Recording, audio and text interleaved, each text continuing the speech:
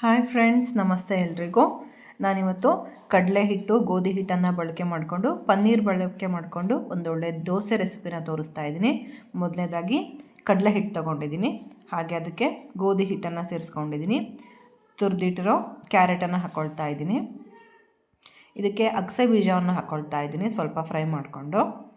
ಹಾಗೆ ಜೀರಿಗೆಯನ್ನು ಸೇರಿಸ್ಕೊಳ್ತಾ ಇದ್ದೀನಿ. ರುಚಿಗೆ ತಕ್ಕಷ್ಟು ಉಪ್ಪು ಮತ್ತು ಖಾರದ ಪುಡಿಯನ್ನು ಸೇರಿಸ್ಕೊಳ್ತಾ ಇದ್ದೀನಿ. ಇದಿಷ್ಟನ್ನು ಚೆನ್ನಾಗಿ ಮಿಕ್ಸ್ ಮಾಡಿಕೊಳ್ಬೇಕು. ಅದರ ಜೊತೆಗೆ ಪನ್ನೀರನ್ನು, ಕ್ಯೂಬ್ ಇರೋ ಪನ್ನೀರನ್ನು ಪುಡಿ ಮಾಡಿ ಇಟ್ಕೊಂಡಿದ್ದೀನಿ. ಇದಕ್ಕೆ ಎಷ್ಟು ಬೇಕಷ್ಟು ಪನ್ನೀರನ್ನು ಸೇರಿಸ್ಕೊಳ್ಬೇಕು.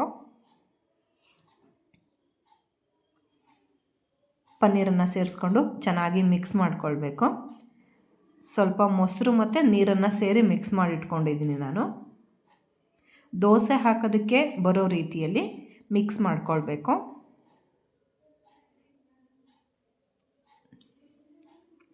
ಮಿಕ್ಸ್ ಮಾಡ್ಕೊಂಡ ನಂತರ ಒಂದು 10 ನಿಮಿಷ ಇದನ್ನು ಹಾಗೆ ಮುಚ್ಚಿಡ್ತೀನಿ.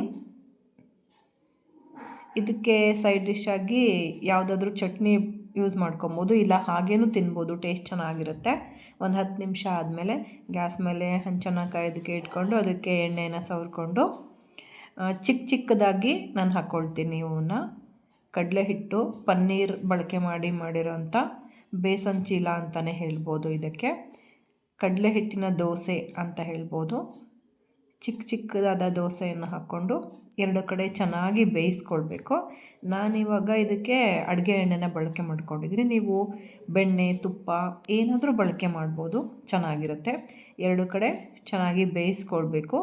ಓವರ್ ಕ್ರಿಸ್ಪಾಗಿ ಆಗೆಲ್ಲ ಬರೋದಿಲ್ಲ, ಹಾಗೆ ಮೀಡಿಯಮ್ ಆಗಿರುತ್ತೆ. ಬಟ್ ಟೇಸ್ಟ್ ಮಾತ್ರ ತುಂಬ ಚೆನ್ನಾಗಿರುತ್ತೆ.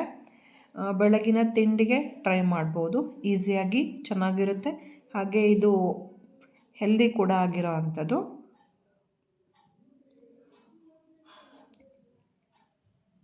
ಒಂದ್ಸಾರಿ ಟ್ರೈ ಮಾಡಿ,